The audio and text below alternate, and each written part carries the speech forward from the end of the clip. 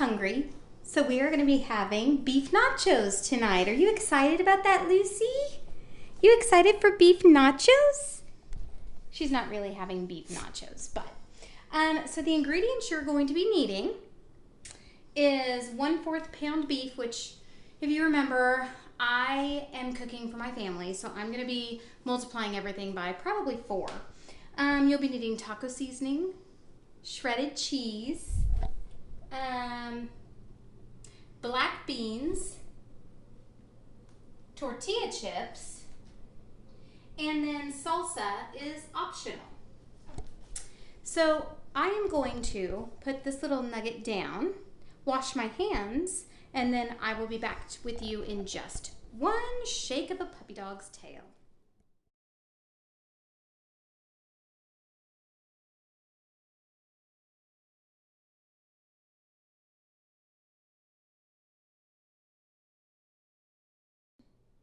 Okay, so step 1 says to preheat the oven to 350 degrees. And that's a very important step because if it's not preheated, we know what happens. It's a nightmare. So I have preheated my oven to 350 degrees. Step 2 says to spray the skillet with cooking spray. So I have my skillet out and I am going to spray it with cooking spray. Voila. Then the recipe says to place the meat, and it's spelled incorrectly, on your lab plan I just saw. It should be MEAT, in the medium skillet. So I've got my pound.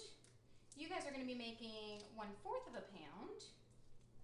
So all of my ingredients I'm going to be increasing a little bit. This is my first time making these. I've kind of made a version of these with my family for Christmas Eve. I know we're kind of weird. Christmas Eve. But I haven't made them exactly the same way. Yours will be easier to get out here.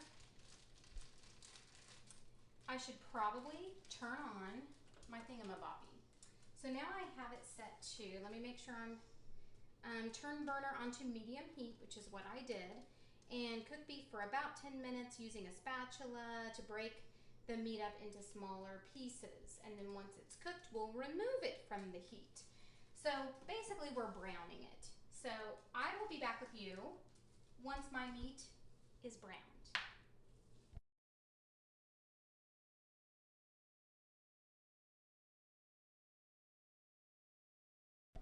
Okay, so our meat is done, as you can see in the picture. It's nice and browned.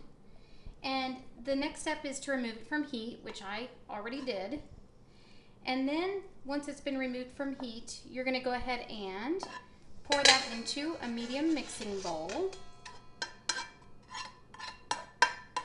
And then we're going to add the taco seasoning, which for you guys, it's 1 tablespoon of taco seasoning. For me, it is 4 because I'm multiplying it.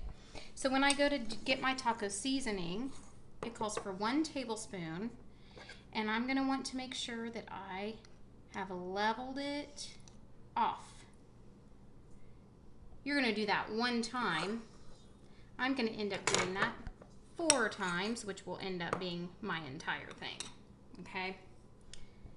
Then we're going to mix it all up.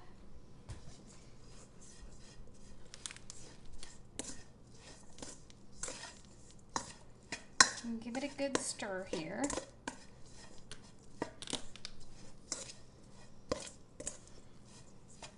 This is the meat portion of the nachos.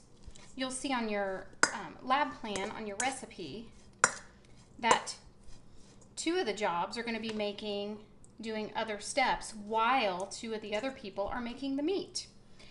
One thing I wanted to point out are the black beans. I went ahead and prepared them, and they will be prepared and ready for you when you come. But if you've ever made black beans before or used cans of black beans, they have a really thick, almost sauce or syrup with them.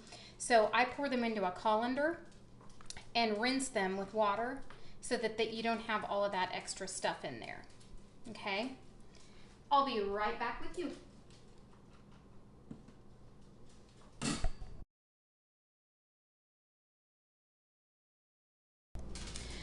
So Which do you think Lucy would go after first? A piece of cheese or a grape?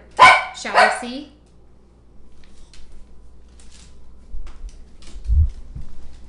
The cheese one. I don't even think she likes grapes. Maybe. Don't get it all over the rug, Lucy.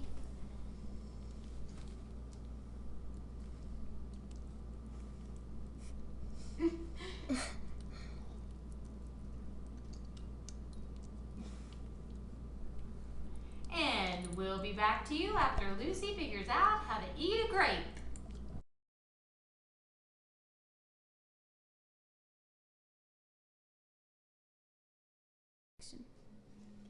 Welcome back.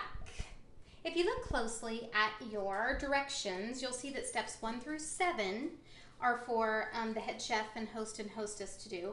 And then while they are doing the first 7 steps, then steps 8 through something or other, the assistant chef and dishwasher can kind of do their part to prepare up to a certain point. So step 8 says to place aluminum foil in a pan, which I have done already.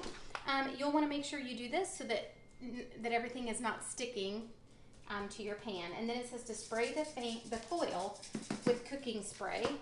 And so I'm going to do that over my sink here. That will make for easy cleanup, my friends. The next step is to spread a thin layer of tortilla chips in the pan. So there will be plenty of chips for everyone. I believe I bought 2 bags, which would be for each group about a third of a bag each. Not that I think you will need that much. And a thin layer, I'm going to kind of take these and spread them out so they don't have a whole bunch of layers. That way we can get a good combination of mixture here. That you'll have good coverage. You won't just have plain chips on the bottom with no meat and beans on it.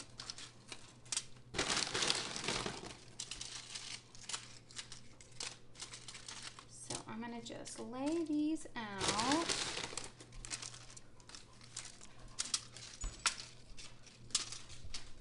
Lucy's enjoying this. Of course, this is definitely not a food safe thing that my husband is doing with the dog right now. However, she's just so cute.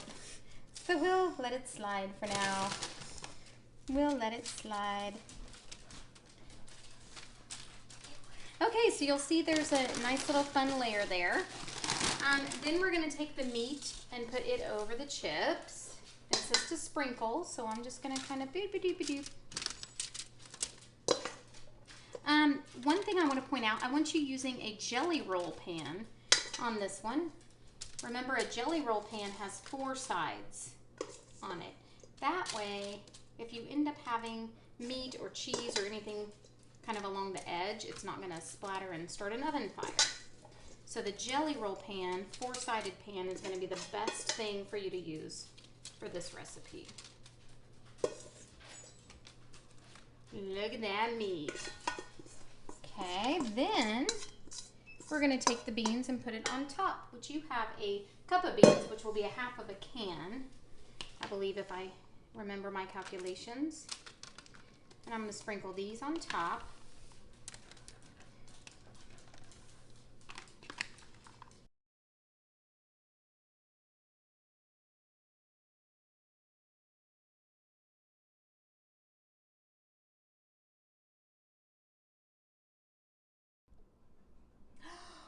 Welcome back to Cooking with Karla.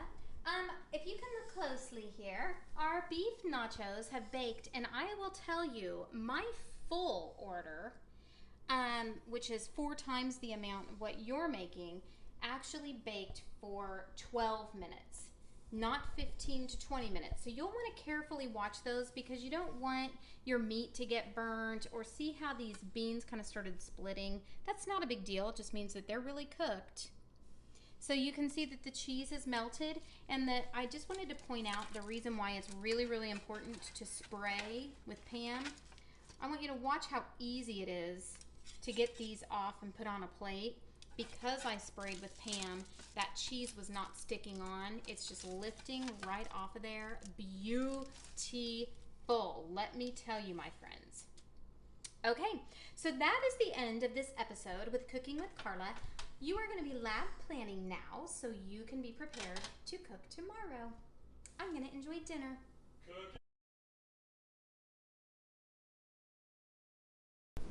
Okay, so obviously it was really yummy. I wanted to show you how easy cleanup can be when you go to do this. Just peeling and rolling your foil. You'll end up with maybe a few pieces here or there, like there's a little piece of hamburger or whatever. If you don't have anything left, but you can see that this, I do have some. So I'm gonna still need to clean, and I have some oil residue on here. I'm still gonna need to wash it, but it's gonna make your washing a lot easier because you have the foil, okay? So you'll still wanna wash the pan, but it will be a lot easier.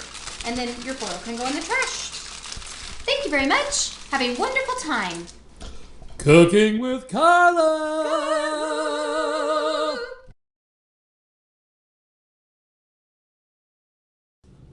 Hello, kids. My name is John LaFoon, and I'm here to tell you something very important about beef that you may not know. Beef comes from cows.